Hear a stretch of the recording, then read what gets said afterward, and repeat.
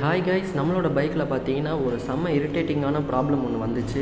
Back வீலும் rear ஸ்ப்ராக்கெட்டும் எப்படி பார்த்தீங்கன்னா ஷேக் ஆகுதுன்றது உங்களுக்கே தெரியும். இது என்ன ப்ராப்ளம்னு பார்த்தீங்கன்னா பேக் வீலில் வர கப்ளிங் ரப்பர் வந்து தேஞ்சிருச்சு. அதனால் புது கப்ளிங் ரப்பர் வந்து வாங்கிட்டோம். இப்போ பார்த்தீங்கன்னா நம்மளோட செயினில் இருக்கிற ஓரிங்கோட லாக்கை வந்து ரிமூவ் பண்ணிவிட்டு செயின் ஸ்ப்ராக்கெட்டை வந்து ரிமூவ் பண்ணிடலாம். பேக் வீலில் வீல் ஆக்சலை கழட்டிட்டு பேக் வீலை வந்து தனியாக வண்டியிலேருந்து கழட்டிடலாம். வண்டியில் இருக்கிற பெரிய ஸ்ப்ராக்கெட்டை வந்து மேலே தூக்குனீங்கன்னு பார்த்தீங்கன்னா கப்ளிங் ரப்பர் பார்த்தீங்கன்னா வீலுக்குள்ளே இருக்கும்.